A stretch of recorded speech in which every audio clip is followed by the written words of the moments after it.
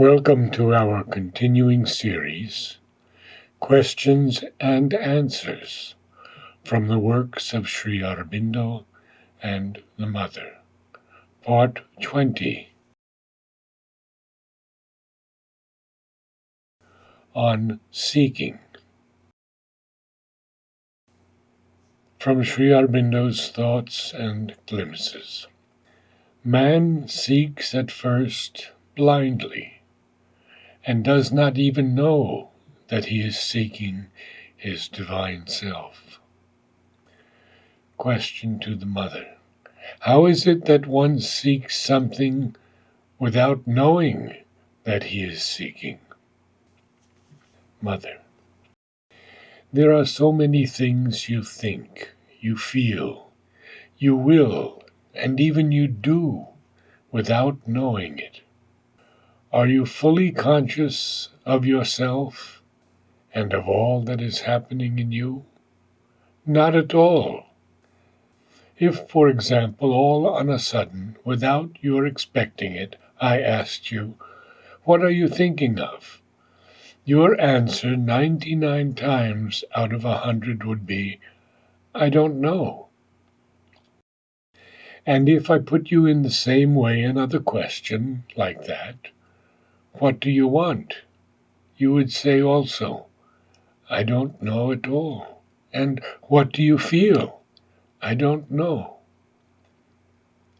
They alone can immediately give answers to such questions, who have the habit of looking at themselves while they live, of observing themselves, those who are intent upon the need of knowing what happens in them.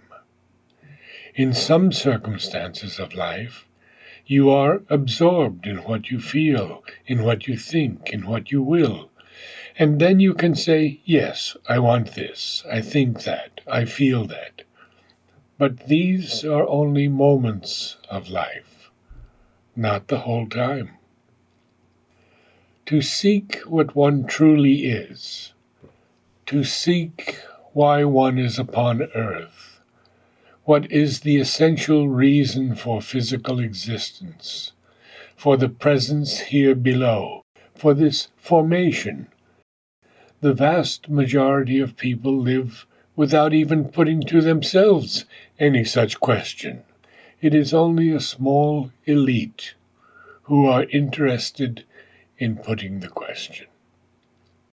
And the number of those who set to work to get the answer is still more restricted, because unless there is a chance of finding someone who knows the answer, it is not easy to find it. Suppose, for example, you have never had in your hands a book of Sri Aurobindo's, nor of any other writers or philosophers or sages who consecrated their life to this quest. Suppose you are in the ordinary world, like so many millions who are in the ordinary world, and have heard nothing except, and that too not always, of some gods and of some form of religion, which is more a habit than a faith, and which, besides, rarely tells you why you are on earth. Well, you would not think even of thinking of it. We have a note here. Later on, Mother commented on this sentence as follows: "So long as you repeat your faults, nothing can be obliterated, because you recreate them every minute. When someone commits a mistake, serious or not, this mistake has its consequences in his life, a karma which he must exhaust. But the divine grace, when it is approached, has the power to cut the consequences. But for that it is necessary that the error is not repeated. You must not believe that you can continue to do the same stupid things indefinitely and indefinitely. The divine grace will annul all the consequences. It is not like that. The past can be completely purified, cleaned so as not to have any effect on the future, provided you do not make of it a perpetual present. You must yourself stop the bad vibration in yourself.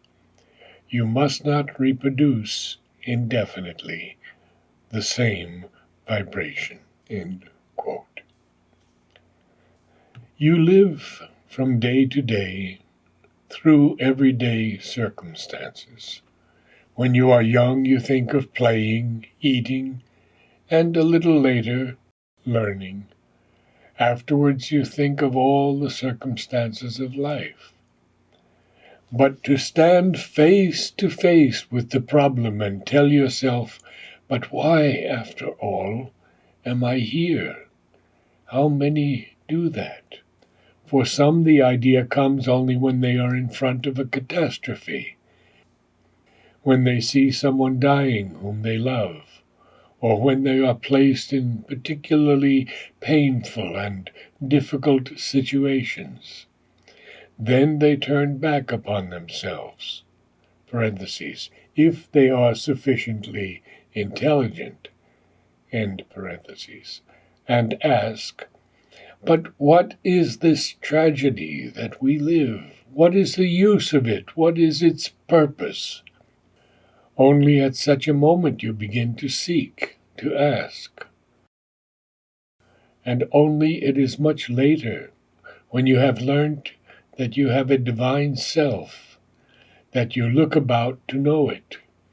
But that comes much later. Yet from the very moment of the birth in the physical body, there is in the being, at the very depth of the being, this psychic presence, which impels the whole being towards self-discovery. But who knows it? And who knows the psychic being? This discovery also comes only under special circumstances, and unfortunately, most often, these have to be painful circumstances. Otherwise, you go on living without reflecting, and in the core of your being, you have this psychic being, which seeks and seeks to awaken the consciousness and to reestablish the union. But you know nothing about it. When you were 10 years old, did you know it? No, isn't it? And yet, in the depth of yourself, your psychic being already wanted that and sought to find itself. And it is probably that has brought you here. But so many things happen and you do not even ask yourself why. It is like that because it is like that. That is all. It would be interesting to know how many of you, before I told you, had asked themselves how they happened to be here. Most often the answer is very simple. My parents are here, so I am here. Yet you are not born here. None is born here. And still you are all here. You did not ask yourself why. It was like that because it was like that. And then between asking oneself the question and giving oneself a sufficiently satisfactory external explanation, to be satisfied with that, and then to tell, perhaps it is the indication of a destiny, of the very essential reason of my existence. What a long way to go. Everyone finds reasons, more or less external, parentheses, which besides are not worth much. end parentheses, to explain all things in the most flat way possible. But there is a profound reason which you do not yet know. Are there many among you who would be interested to know why you are here? How many among you have put the question, what is the true reason of my presence here? Have you ever put the question to yourself? Disciples answer, I do not remember. Mother, and you? And you? They alone who have come here after having lived in the world, who came because they wanted to come, because they had a conscious reason to come, can say, quotes, I came here because of this or that, end quotes, parentheses. And this would be partially, at least, the explanation, end parentheses. But the most true, the most profound reason may still escape them.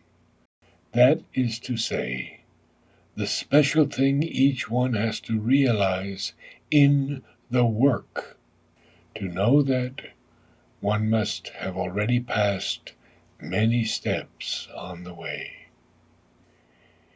Indeed, it is only when one becomes conscious of one's soul, when one is identified with one's psychic being, that one can have at once the whole picture of his individual growth through the ages.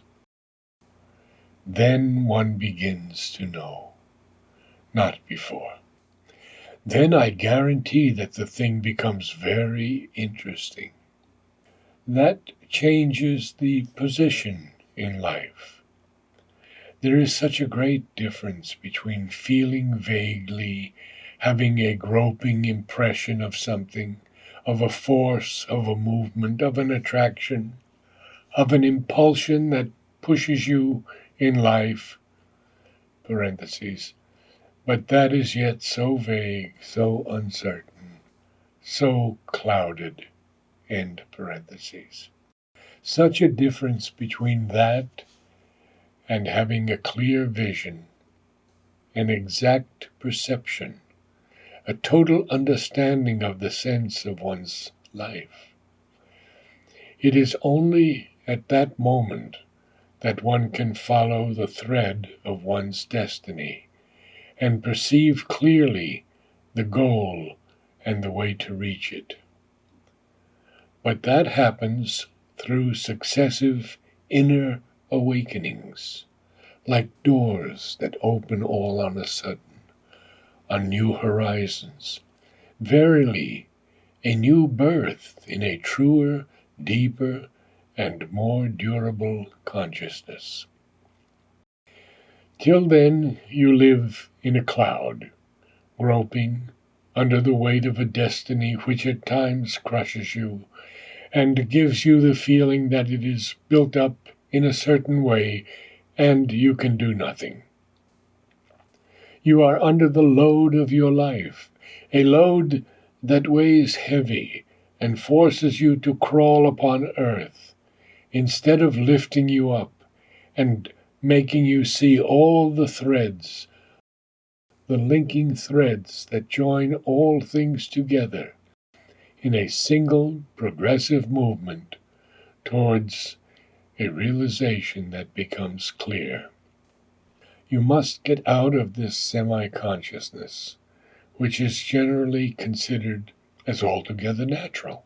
It is your normal way of being, and you do not sufficiently draw back from it to enable you to see and to wonder at this uncertainty, this lack of preciseness. On the other hand, to know that you are seeking, and seeking consciously, deliberately, obstinately, methodically, is exactly the exceptional condition. Almost abnormal, and yet It is in this way alone that you begin to live truly.